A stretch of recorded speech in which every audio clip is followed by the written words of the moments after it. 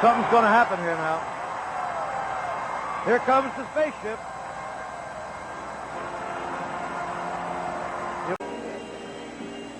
And now, methinks we have a visitor. the alien himself. That is no one on stilts. That is a man 7 feet 8 inches tall.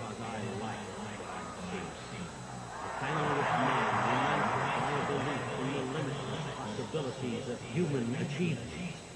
For almost 100 years you have celebrated the best that humanity has to offer. You call it the Olympic Games. And for that, and for the cities which have kept the Olympic ideal alive, I salute you.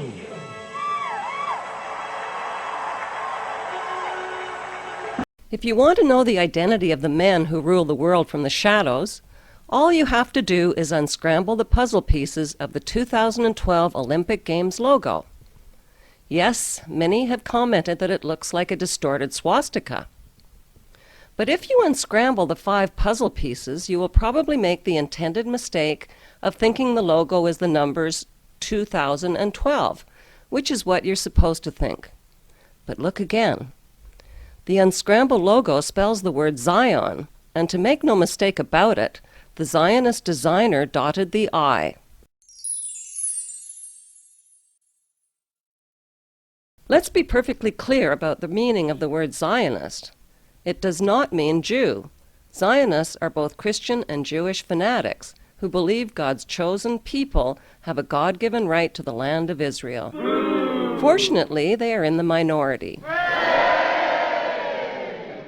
The godfathers of the Zionist movement not only believe they have a God-given right to Israel, but to the entire globe. Why was the word Zion chosen for the 2012 Olympic logo? Because the shadow government of Zionists will be coming out of the closet in 2012 to celebrate the fulfillment of the protocols of their learned elders. What are the protocols? The protocols are a revolutionary step formula to enslave the world in debt, subjugate the ignorant masses, and concentrate all of the world's power and wealth in Zionist hands under one world empire. So who is the logo designer that pocketed close to $1 million in public funds to create the Zionist logo for the 2012 Olympic Games in London?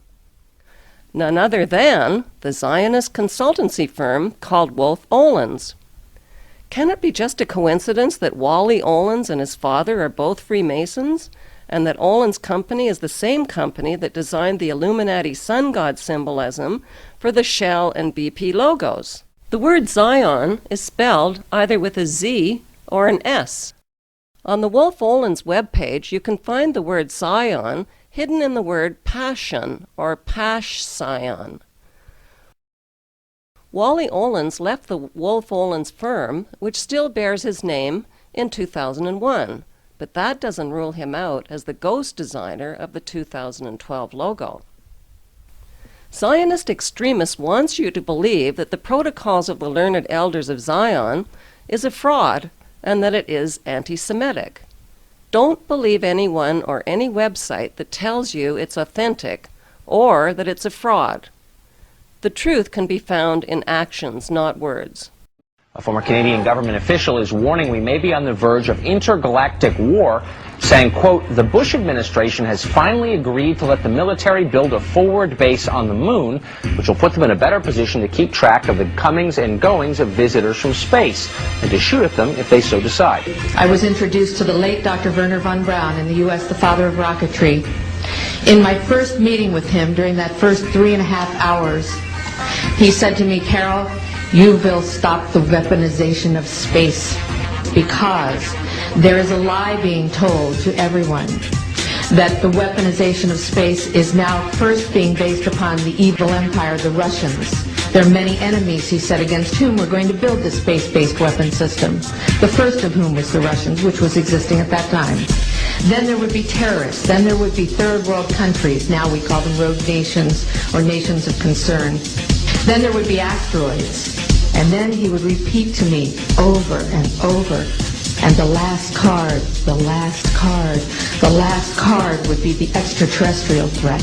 Pardon me, I don't mean to interrupt you, but doesn't this make sense? I mean, if in fact there are extraterrestrials and they're buzzing our planet, why wouldn't we want to take steps to defend ourselves from them should they turn hostile? As a military strategist, as a person who worked on the MX missile, which I did later, he said, you will find that there is going to be a spin to find some enemy against whom we have to build space-based weapons. And now we should expect the spin, because he said part of the formula for the intelligence community is if they might have a weapon, then we have to consider that they do have these weapons. So now they do have these weapons, so now we have to build these weapon systems. And that's the formula, except that it's all based on a lie.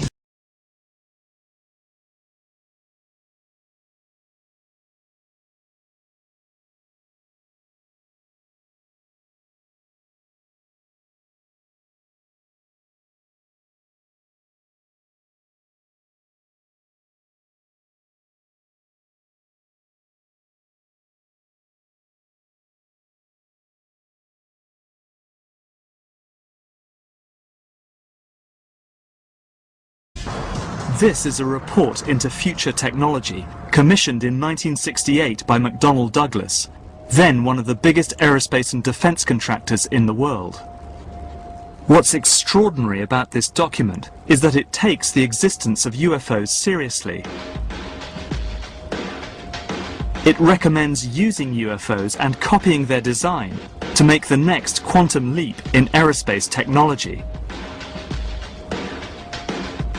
Some UFOs may be extraterrestrial vehicles. They certainly have not been proven otherwise. The existence of extraterrestrial vehicles indicates vehicles could be built which would have capabilities quite useful to McDonnell Douglas Corporation. A supersonic saucer. Called the Silver Bug, it was truly revolutionary. The plans show in detail a multi-jet engine craft that boasted amazing maneuverability and speed. It's an intriguing thought that this concept may tie in with the work of the German scientists who brought saucer technology to the US at the close of the Second World War. I believe Silverbug could explain what Lonnie Zamora witnessed in the New Mexico desert in April 1964. His description of a silver disc-shaped object appears to fit in with the Silverbug profile. What was needed were certain cover stories. What do you do when people are spotting aircraft and then telling reporters that they've seen something very unusual flying out of an airbase in Nevada? And frankly, this was the origin of a lot of the sightings that took place in the mid-50s, 1954, 55, 56, of unidentified flying objects, the UFOs. So the CIA was involved in encouraging people to believe that, yes, they saw UFOs, and the CIA and the military tried to be very helpful to reporters to get these stories out, to divert the attention of the country, and particularly the people in this region, about what they had actually seen.